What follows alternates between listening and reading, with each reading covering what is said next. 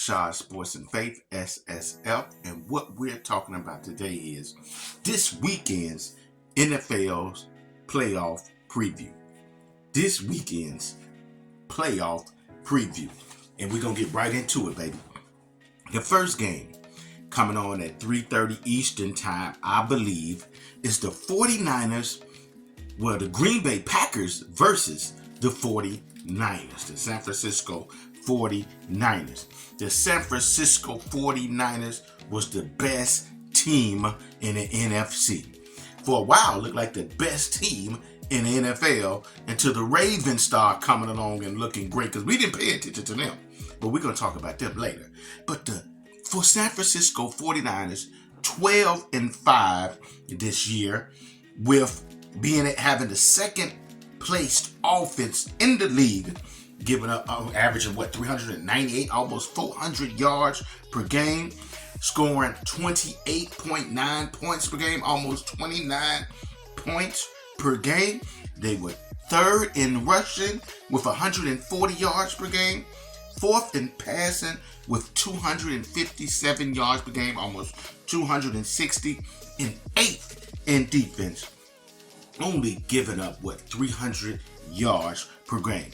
Brock Purdy, Mr. Irrelevant, the 7th pick in the NFL draft last season, had himself a season this year, throwing over 4,280 yards, 31 touchdowns, 11 interceptions with 113 passing rating. This young man has been looking well, but sometimes under the pressure, he doesn't look as well, which most quarterbacks under the pressure doesn't look as well. But some great ones can read the pressure and kind of break down when that pressure coming. They can read the defense and, change the offense a little bit better to go against the pressure, go against the defense. And hopefully Brock Purdy learns to do that and be able to make adjustments, because what Cleveland Browns did, what the Ravens did, is what other teams are going to do. But I'm thinking he should have a good game against the Green Bay Packers.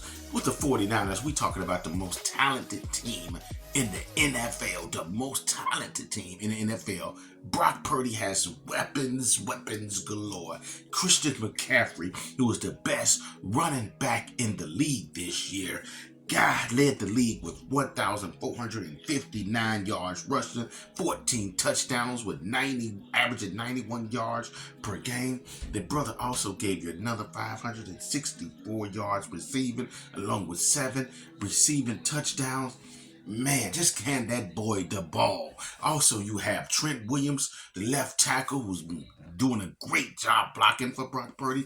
Probably one of the best offensive linemen in the league. You got Brandon Ayuk, really talented receiver, got another 1,000 yards. Deebo Samuel, Mr. Do Everything, can go out there and run the short routes, run the long routes, can either you give him the ball in the backfield, he can do it all, giving the ball on the punt return or on the kick return. You got George Kittle, who's a good blocker as well as good receiver. He gave you another 1,000 yards. Man, this team is talent on offense. But on defense, you have the reigning Defensive Player of the Year, Nick Bosa. You have Fred Warner, who lead the team in tackles, one of the best linebackers in the game, all in the backfield. Every time you look around, he's making tackle after tackle. Then you have Chase Young on the other defensive side, making it hard for people. You have Greenlaw, you have Ward in the corner. Man, these guys have talent galore. You have the good coach who's coaching them up. So I'm looking for the 49ers to put some tough work on the Green Bay Packers. But Jordan Love is playing pretty well himself. His boy is throwing for 4,159 yards, 32 touchdowns, 11 interceptions, has played really well. Shocked me by beating the Cowboys and just picking their defense apart with his passing. This young guy's looking great, and I don't know what the Packers are doing. Keep getting a great quarterback after a great quarterback with Brett Favre. Got rid of Brett, then turned around and had Aaron Rodgers. Now Jordan Love. And the future is bright, and this team is young. And they got key players in the running back, A.J. Dillon, Aaron Jones, Jaden Reed at wide receiver, Romeo Dobbs at wide receiver, Quay Walker. It's going to be tough. It ain't going to be no blowout like talking about it, but I'm thinking the 49ers going to find themselves winning this game by 10 points, advancing to the conference championships. Let's go into the second game coming on Saturday, which is the Baltimore Ravens, who has the best record in the NFL at 13-4, averaging 28.4 points per game, fourth in the league, only giving up 16 points a game, first in the league, first in rushing as a team running the ball, first in sacks, and first in causing turnovers.